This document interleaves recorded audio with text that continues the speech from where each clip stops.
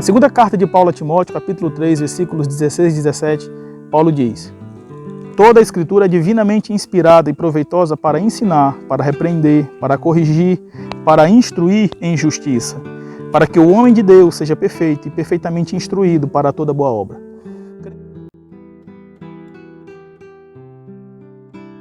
Cremos, amados ouvintes e irmãos, que este livro que tenho em mãos, a Bíblia Sagrada, é a palavra de Deus. Esse livro que foi escrito por 40 autores diferentes, condições sociais completamente diferentes umas das outras, desde agricultores, prisioneiros, até reis em seus palácios. Cremos que esse livro, que foi escrito no intervalo de aproximadamente 1500 anos e por autores diferentes, em épocas diferentes, quando juntado, quando compilado em um só volume, expressa a vontade e a verdade de Deus para a humanidade. Esse livro, embora tenha tido homens como escritores, tem um só autor, que é Deus. Deus é o autor, pois, como diz Paulo aqui, toda a Escritura é divinamente inspirada, ou seja, aquele que escreveu foi apenas um instrumento de Deus para transcrever com a sua caneta, com a sua pena, aquilo que Deus colocou em seu coração. A autoria desse livro não é atribuída a homens, embora tenha sido homens que tenham escrito com suas penas, mas é atribuída a Deus, pois Ele é quem inspirou os escritores desse livro.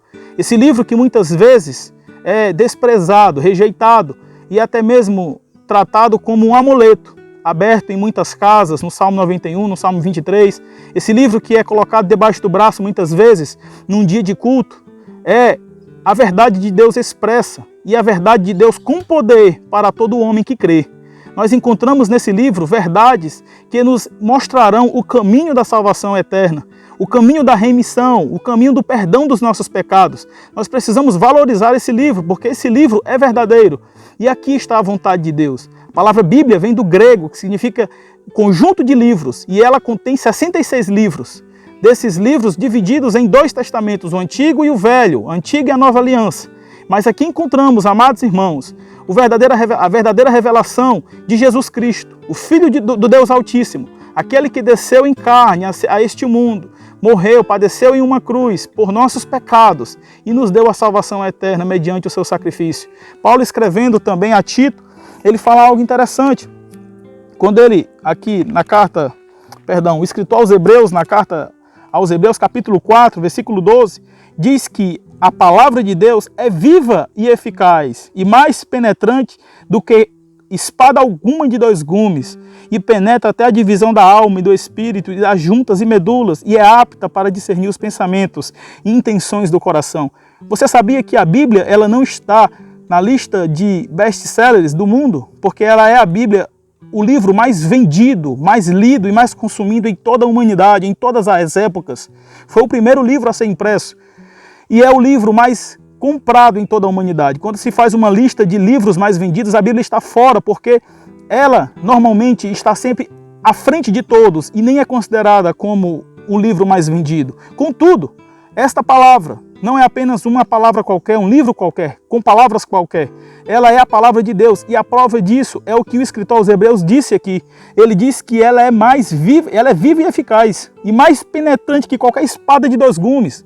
É por isso que quando pregamos, essa palavra encontra o coração do ouvinte, mostra ao ouvinte os seus pecados, revela a ele Jesus Cristo como Senhor e Salvador e mostra a ele o caminho do perdão e da remissão. Ela discerne os pensamentos e intenções do coração, e é por isso, amados, que nós precisamos crer nessa palavra e precisamos pregá-la com poder, porque ela discerne os pensamentos e intenções dos pecadores, a ponto de mostrar a eles que somente Jesus é a verdadeira luz, é o verdadeiro caminho, e que os seus caminhos estão tortuosos e afastados de Deus.